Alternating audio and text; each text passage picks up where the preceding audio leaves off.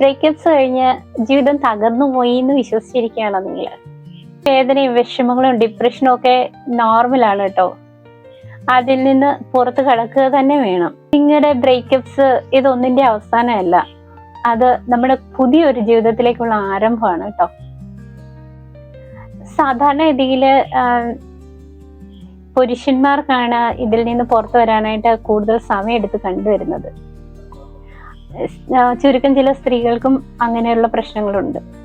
Anyway, ആരായിരുന്നാലും വേദനിക്കുന്ന ഒരു മനസ്സാണല്ലോ.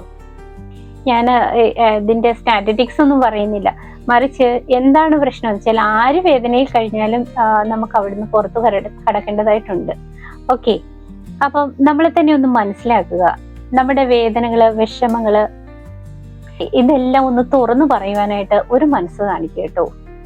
ഇപ്പം എന്നെ ആരെങ്കിലും ജഡ്ജ് ചെയ്യുമോ, അല്ലെങ്കിൽ ഞാൻ പറയുന്നത് ആരെങ്കിലും മനസ്സിലാക്കുമോ, അവരെന്നെ കുറ്റപ്പെടുത്തില്ലേ, അല്ലെങ്കിൽ വീട്ടുകാരുടെ ഒറ്റപ്പെടുത്തലുകള്, കൂട്ടുകാരുടെ ഒറ്റപ്പെടുത്തലുകള്, ഇതൊക്കെ ഭയന്നായിരിക്കും നിങ്ങൾക്ക് പറയാനായിട്ട് മടി.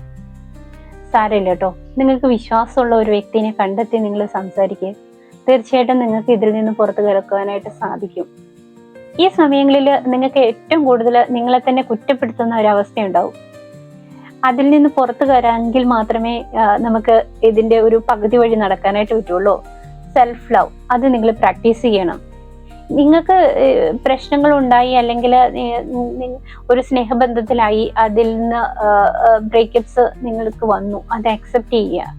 പക്ഷെ അത് നിങ്ങളുടെ മാത്രം കുഴപ്പം കൊണ്ടായിരിക്കില്ല, നമ്മുടെയും കുഴപ്പമുണ്ട്, അത് മറ്റുള്ളവരുടെയും കൂടി ആവാം എന്നും പറഞ്ഞ് നമ്മളെ തീർച്ചയായിട്ടും നമ്മളെ ഇടിച്ചമർത്തുന്ന രീതിയിൽ നമ്മൾ തന്നെ ജഡ്ജ് ചെയ്ത് നമ്മളെ അടിച്ചമർത്തി വെച്ചിരിക്കുക.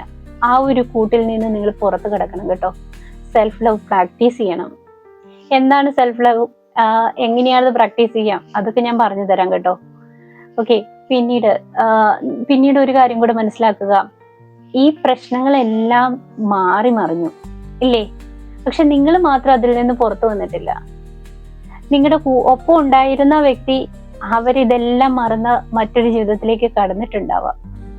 നിങ്ങൾക്കത് പറ്റുന്നില്ല എന്ന് മാത്രമേ ഉള്ളൂ. അവർക്ക് പറ്റുമെങ്കിൽ നിങ്ങൾക്കും പറ്റുമെന്നേ. കുറച്ച് സമയമെടുത്തു, സാരമില്ല കേട്ടോ. നിങ്ങളും പരിശ്രമിക്കുക. തീർച്ചയായിട്ടും നമുക്ക് ജീവിതത്തിലേക്ക്, പുതിയൊരു ജീവിതത്തിലേക്ക്, അതും ലക്ഷ്യബോധമുള്ള ഒരു ജീവിതത്തിലേക്ക്, എല്ലാവരും അതിശയിക്കുന്ന, ആശിക്കുന്ന ഒരു ജീവിതത്തിലേക്ക്, ഒരു ലക്ഷ്യത്തിലേക്ക് നിങ്ങൾക്കും എത്തിച്ചേരാനായിട്ട് സാധിക്കും. നിങ്ങൾക്ക് എന്തെങ്കിലും സഹായം ആവശ്യമുണ്ടെങ്കിൽ ഞാൻ ചെയ്തു തരുന്നതായിരിക്കും. അപ്പോൾ എൻ്റെ വീഡിയോസ് ഇഷ്ടപ്പെട്ടാൽ നിങ്ങൾ ലൈക്ക് ചെയ്യണം, ഷെയർ ചെയ്യണം, കമൻറ്റ് ചെയ്യണം. മറ്റൊരു വിഷയവുമായി അടുത്ത വീഡിയോയിൽ കാണാം കേട്ടോ. ബൈ.